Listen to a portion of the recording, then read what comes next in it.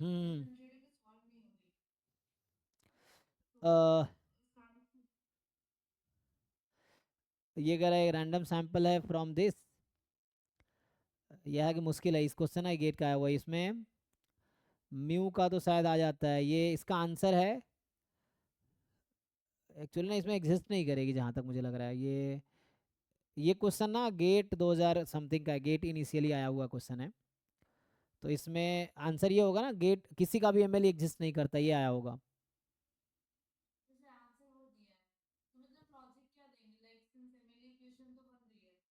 लेकिन वो सॉल्वेबल नहीं है एक्चुअली, मैं भी सॉल्व नहीं कर पाऊँ क्योंकि वो सॉल्वेबल नहीं है।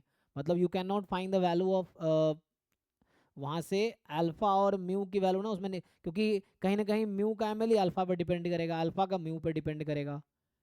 एंड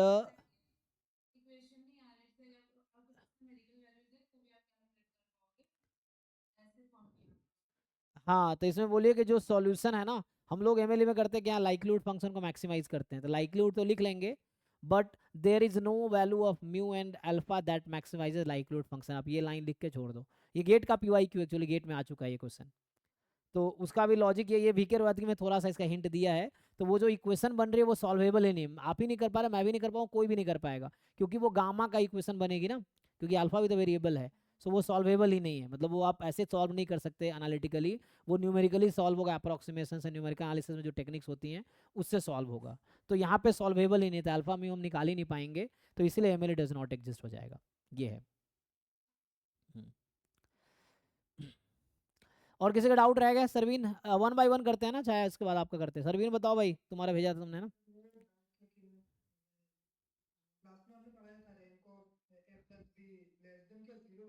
नहीं नहीं नहीं, rank of A plus B is more than equal to zero, less than equal to rank of A plus rank of B, ये बताया था ना।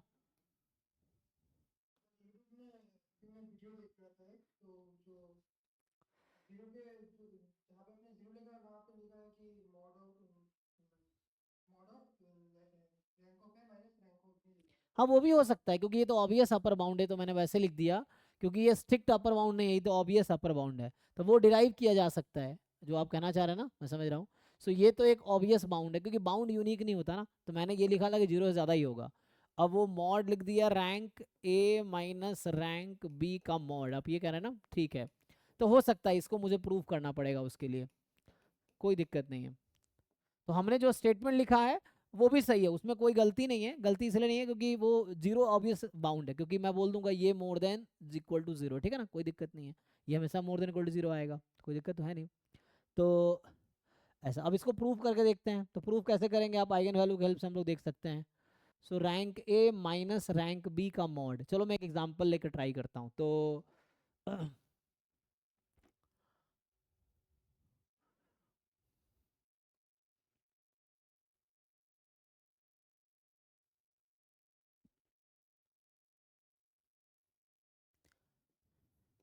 अच्छा, तो वैसे मैं अगर ए और माइनस ए लूँगा ऐसा, तो ये आई थिंक हो जाएगा, है ना, कि उसमें प्रूव करने के लिए हम रैंक क्या होता है, लिनियरली इंडिपेंडेंट ना, का हमें तीन तरीके से डिस्कस किए थे, नंबर ऑफ लिनियरली इंडिपेंडेंट रोज और लिनियरली इंडिपेंडेंट कॉलम्स। तो उसके थ्रू भी देख सकते हैं, नहीं तो रो इकोलॉन फॉर्म था, तीसरा सब मैट्रिक्स था, इंडिपेंडेंट के थ्रू ही देखते हैं। सो हो जाएगा, तो ये ठीक है, कोई दिक्कत नहीं है, ये तो थ्योरम हो गया। तो इसको हमें डिराइव करना पड़ेगा, उसके लिए प्रूफ करना पड़ेगा, तो मिल सकता है, ठीक है।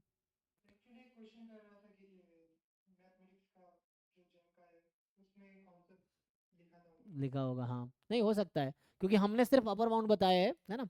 लोअर बाउंड अब डिराइव कर सकते हैं, जैसे हमने ये भी लिखा था कि rank of A into B जो होगा वो less than equal to minimum of rank A rank B होगा, ये भी लिखा था।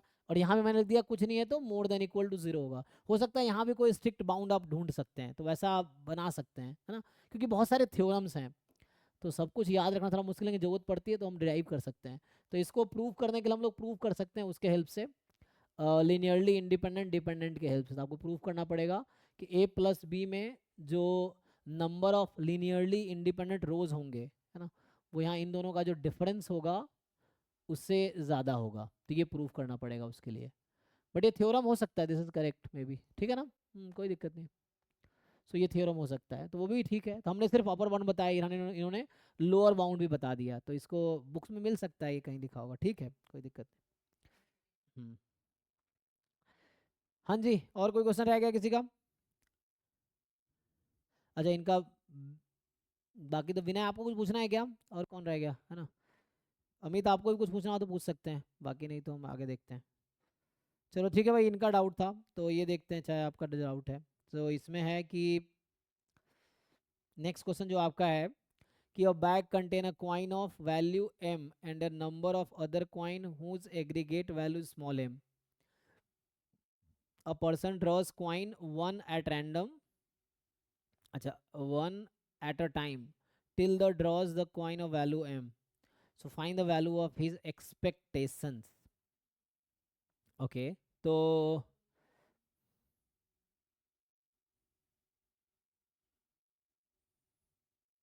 अभी एम एन फिक्स कर लो शुरू के लिए और देखो क्या होता है।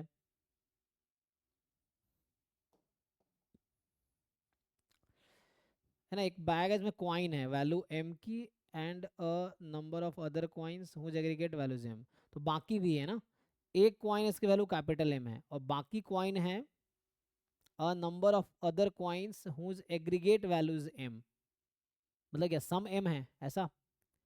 तो a person draws coin one at a time, एक ड्रॉ करता है, till his draws the coin of value m, ठीक है। So find the value of his expectation, तो इसका मीन क्या होगा ये पूछना चाह रहा है। So value of his expectation, find the value of, है ना।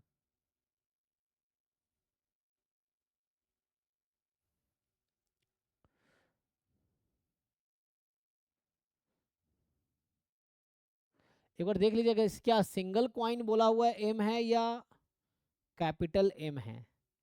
कैपिटल एम तो एक क्वाइन इसका वैल्यू कैपिटल एम है, और सिंगल सिंगल क्वाइन इसका टोटल वैल्यू एम है, तो कितने हैं ऐसे coin? A number of other coin, तो कितने हैं हुज एग्रीगेट वैल्यूज एम। तो एग्रीगेट वैल्यू का क्या मतलब है कि मतलब एक दूसरा है जिसकी वैल्यू एम है एक्चुअली टोटल। पहला ड्रॉ की क्या प्रोबेबिलिटी होगी?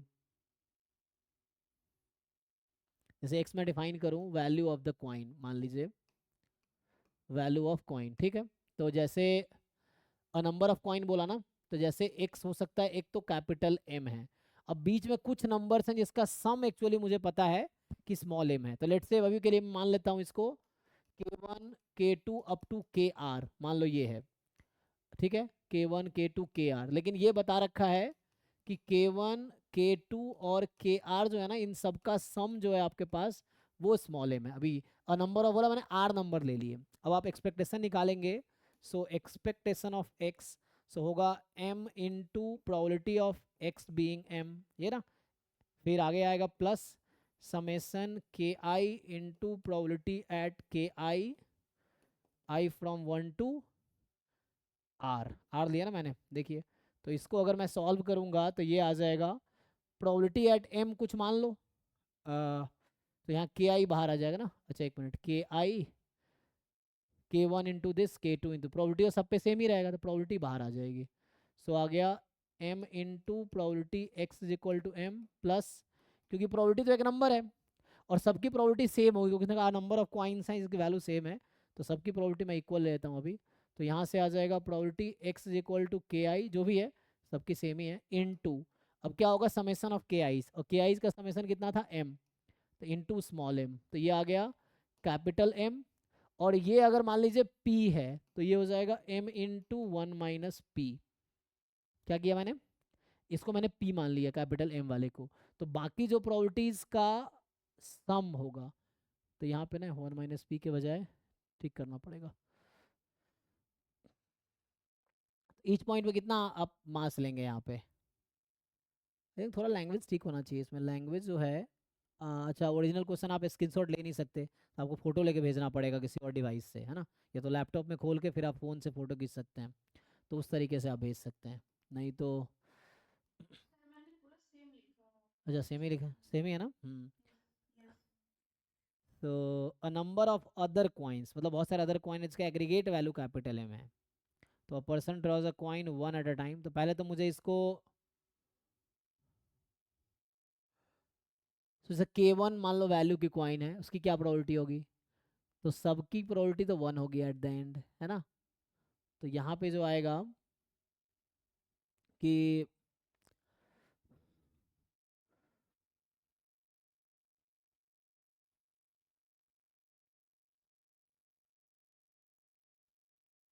यहाँ तक तो ठीक है, बट क्वेश्चन है ये प्रोबेबिलिटी हम क्या कंसिडर करेंगे? टोटल सम 1 होता है, हमें पता है कि टोटल सम 1 होता है। अच्छा ओके, तो जैसे probability at this plus probability at this सब मिला के 1 होगा, बट ये कितने नंबर है ये नहीं पता ना मुझे, मैंने आर तो मान लिया है अपनी मर्जी से।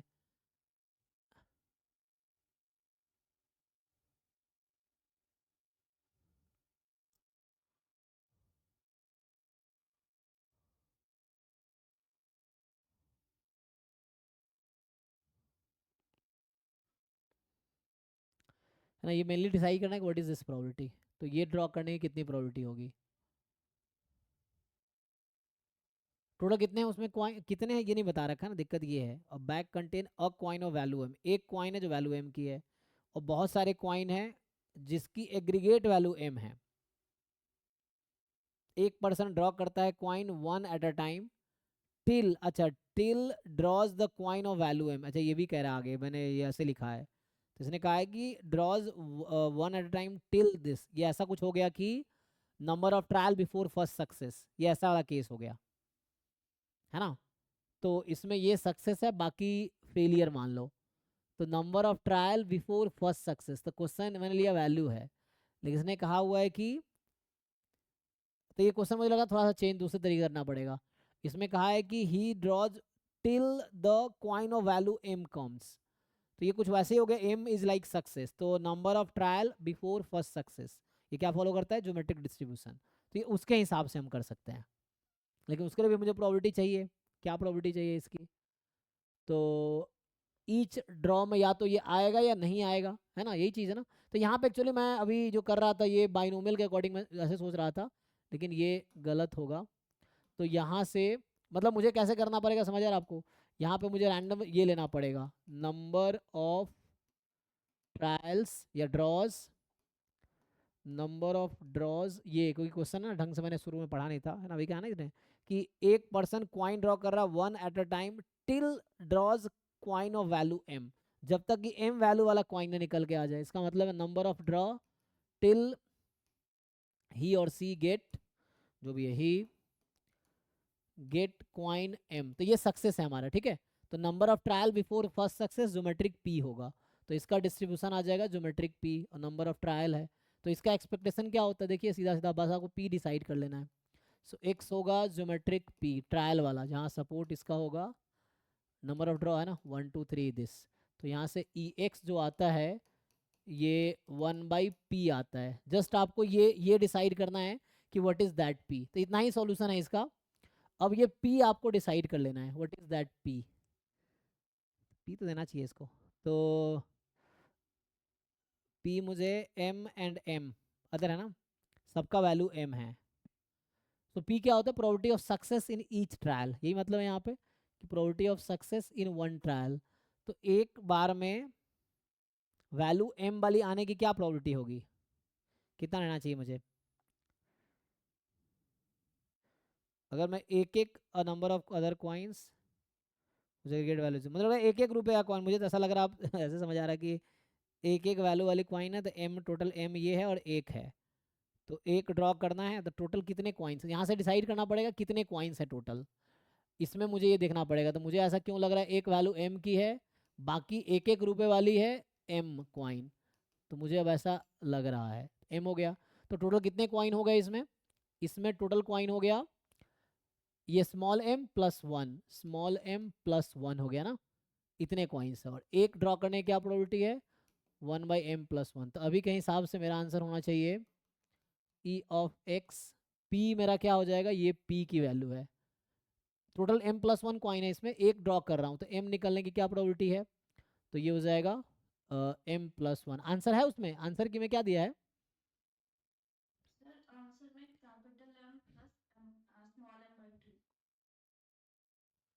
अच्छा, capital M plus small m/2, इसका मतलब है यहाँ ये कंसीडर कर रहा है p को तो इसका मतलब उसके हिसाब से आना चाहिए, ये आना चाहिए है ना, उसके हिसाब से ये होना चाहिए पी की वैल्यू, तब जाके हमारा ये आंसर आएगा। तो फंसता है यहाँ पे, ये कैसे आएगा ये देखना है। मैं तो m+1 लिया, तो ऐसा तब होगा जब मैं यहाँ, okay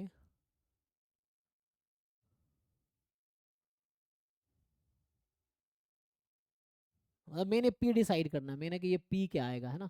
this is the P, P is the probability of getting coin m in the one trial. एक ट्रायल में पी आने की क्या प्रोबेबिलिटी टोटल, मैंने तो ऐसा माना है। तो मतलब यहाँ पे कुछ प्रॉब्लम है, मतलब क्वेश्चन को ना थोड़ा लैंग्वेज इशू है जो मैं ठीक से समझ नहीं पा रहा हूँ, या जिसने लिखा ठीक से नहीं है, इसका मतलब ये है कि जिसने पेपर बनाए हैं तो इस तरह से कुछ है।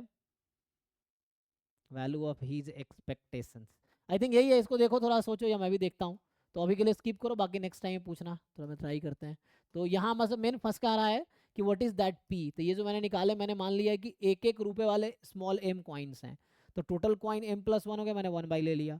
लेकिन जिसने बनाया उसने किसी और तरीके से सोचा होगा, तो उसने क्या सोचा होगा कितने कॉइन्स हैं, या मैं m लेता हूँ, आई डोंट नो। चलो इसको अभी स्किप करते हैं अभी के लिए, तो टाइम जा जाएगा। किसका रह गया